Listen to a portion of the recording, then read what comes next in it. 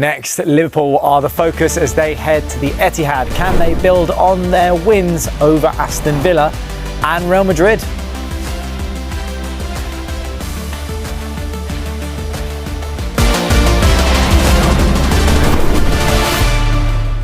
Welcome back for the second half of Premier League Friday. Now Manchester City and Liverpool go head-to-head again. Live visits to City for the first time in the Premier League. So this game is just going to be the one. I think this game is massive for both sides. I mean, do you think though, Rob, do you think it's now going to suit Liverpool's style? Well, which style? Yeah, well, which that's what I'm saying. That now it's new, like attacking, all-out style. Well, I think you look at the side that has played the last couple of games, and Florian Wirtz was great in the week, but the basis is the side that won the league last season, and they go for it, and they're just on it. And if that turns up, that Liverpool team, I think they've got every chance of pulling it off again, because you're looking at it saying, OK, we're kind of finding ourselves again, what we're about again, and going back to what we're good at. And you're looking at the new signings, the guys who have come in, trying to fit too many in and trying to adapt to that. They've got to do that, but not all at once. Yeah. And then you lose that a little bit of identity within there. So all of a sudden, going back to what they had, I think now you're saying, OK, we know what we're about. Go and do it again. Yeah, well, it is the game that everyone's talking about. So, of course, Arne Slot had to answer a few questions today. By McAllister, on by Szoboszlai, hit by Salah! Liverpool are surely established now as the overwhelmingly likely inheritors of Manchester City's crown. In games like this, we've always been good. If parts of the other games went like the last two games, we were also good. But large parts of the games we've played before this had a completely different look and feel than these two games had. What makes him so special though? 1,000 games as a manager in charge. Huge inspiration to you, those Barcelona teams in the noughties that you admired so much. What is it about him that makes him so good? That you're always looking forward to watch his team play. It's always nice when you play against his teams, because then you have the privilege to watch 5, 6, 7 games of his team. And you never get bored. At least I never get bored, because his team always have a very good and clear idea in ball possession. They always try to make the people happy. That's not the best English, but it's a joy to watch, where so many other games, especially currently in football, are not, in my opinion, a joy to watch anymore. It's become more and more time wasting. It's become more and more things that I don't like that much about the game, but which are very good tools to use to make it difficult for other teams if they play against you. So it's a new tactic in football, I would say. But this is something Pep's teams don't do, hardly do, almost don't do. It's just, and of course the Barcelona team was unbelievable. That was hoping that they would play on Sunday night at 8 o'clock. So there was one, especially at home, one thing to look forward to in the end of the weekend. And when he went to his other teams, his other clubs. And you've spoken about the support of the fans recently, getting you through those difficult moments that you've been through this season. Yeah. But it's clear that we've didn't have the run of form that is expected of us, or we expected from ourselves.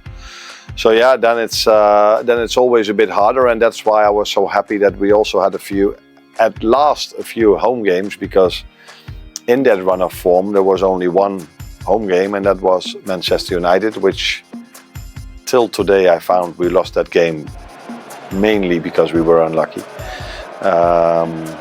But yeah, not everybody is agreeing on that, but that's my take on it. And all the other games we had to play away from home, and that has an impact. Still not an excuse, by the way, to lose so many, because we're not used to losing away games as well. Lastly, is it 2 title contenders going head-to-head on Sunday?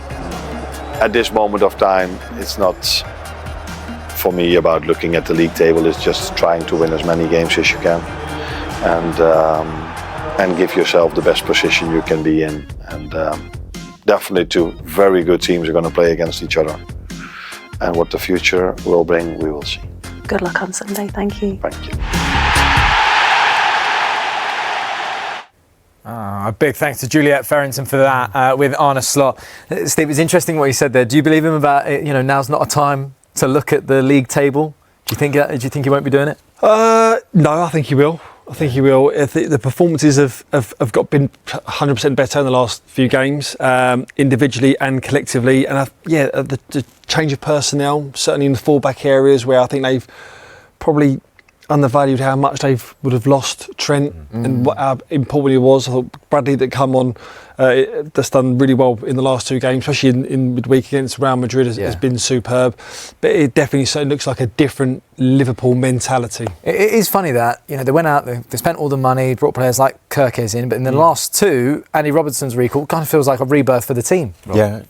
Back to what they knew, back to what they loved, and brought everyone back together again. And sometimes you just need that reset. I think, like we're talking about Sesko, guys coming into a huge environment, into something which, no disrespect to Bournemouth, you're going from Bournemouth and playing there in it's small ground, close environment, very comfortable in how you're playing with the team, to something completely different, on a different stratosphere, and you can repeat that for most of the players that they've signed. So it's a very different environment for them. It's probably a lot to ask for all of them to come in all at once, and I just think taking it back to what they knew, maybe forced a little bit, but taking them back to what they knew, and going back to Robinson and Conor Bradley, who knows the club inside and out.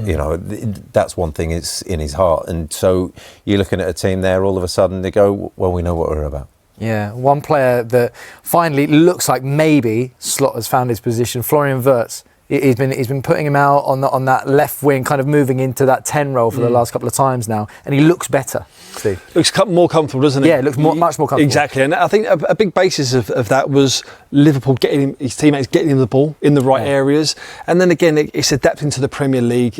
We've seen clips before where he was just taking that extra touch and just that split second where he was probably previously getting that in the league that he was in before, whereas now it's relentless. You don't get that time, but that time will come. And he's saying now he's finding his feet, he's getting that little bit of quality, that time where he's adapting, and the real players really coming to the forefront. How much of a headache though is Hugo Ekitike? I can't, from a fan perspective, I look at him and I go, he's unbelievable. Even with Isak obviously coming back, I'd be worried if I was Isak, wouldn't you? You've seen them try and do it together, and then you're just wondering whether it's too similar, but he's a handful. You saw him play against in the week against Real Madrid, and he was such a handful, and he just a ball up. They just went and said, we're just going to go early, hit you early, and he caused real problems. Maybe didn't win it and bring it down beautifully every time, but real problems for Real Madrid. And from there, you're saying, okay, we can pose a different question.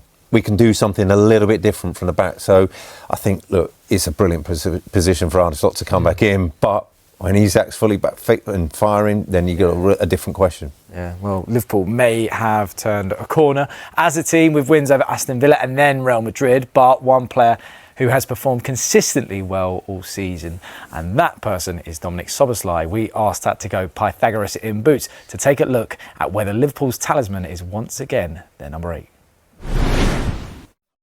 Whilst the Premier League fandom fights over who's a better midfielder between Rice and Caicedo, one man has quietly cemented himself as the all-action midfielder of the Premier League, and that's Dominic Szoboszlai, who's gone from runner to the de facto commander of that Liverpool midfield. He's not just leading the team in terms of carries, sprints, distance covered, but also who is tasked with leading the press and making Liverpool work out of possession.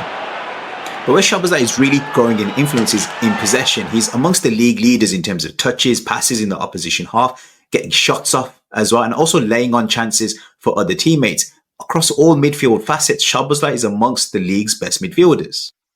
What's even more remarkable about these stats is that Szoboszlai's had to play almost half his minutes out of position at right back. Now, the right back position has been a bit of a problem for Liverpool early into the season, with Frimpong failing to adapt as quickly as Arne Slot wanted, Conor Bradley also struggling to find his feet, and Szoboszlai has been the perfect replacement for Trent Alexander-Arnold because he's got the athleticism to defend against wide players. He's also got that burst of pace, but most importantly, he's got that midfield nous and that ability to link up intricately with the midfield that Trent could have also done. And that's why Szoboszlai has been an all-action right back as well as a midfielder this season.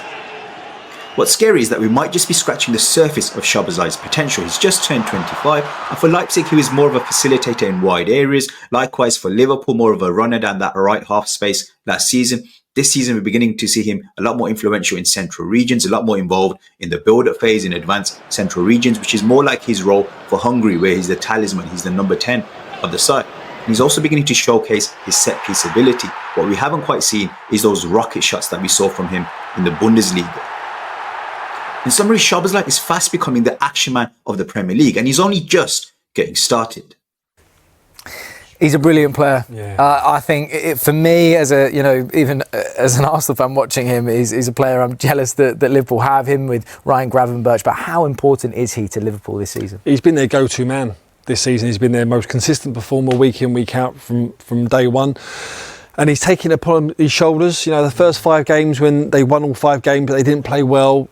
To the next stage, he was the one that was, chest out, shoulders back. I'll take this team, and whether that's him playing at right back and doing a job for the team there, or going forward where we all want to see him, because one, he can score goals, he's got unbelievable energy, he covers the ground, does all the hard yards as well, very much what Jordan Henderson done when the fullbacks went on, and that he would go and cover that. But he's just got all the attributes to his game, and it's that midfield 3 that they've reverted back to has seen him really come to the forefront, playing that extra distance higher up the pitch. Yeah, I think the others have suffered with him not being in there. And you look at someone like Alexis McAllister, would love to play alongside him and say when he's back, he's like, oh, thank God for that. You're back. I know that you're going to be there. And also off the ball.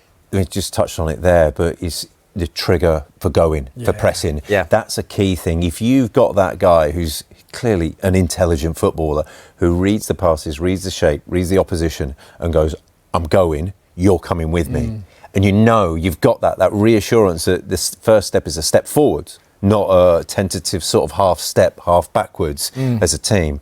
It makes such a huge difference off the ball. They're almost like looking at him as a conductor. Yes. Knowing, if he's gone, I'm going. You have to go, yeah. Right. We'd have been in team before, wouldn't it? When you set up and they go, right, this, we normally go into a low block, but this weekend we're going to go high and we're going to press. You go, okay. Well, when he goes, it's one of the ones we go, you got to react to it, and know that if he looks round and you haven't gone, then he will be on you, and that is the tone that's been set for Liverpool. Okay, well, ahead.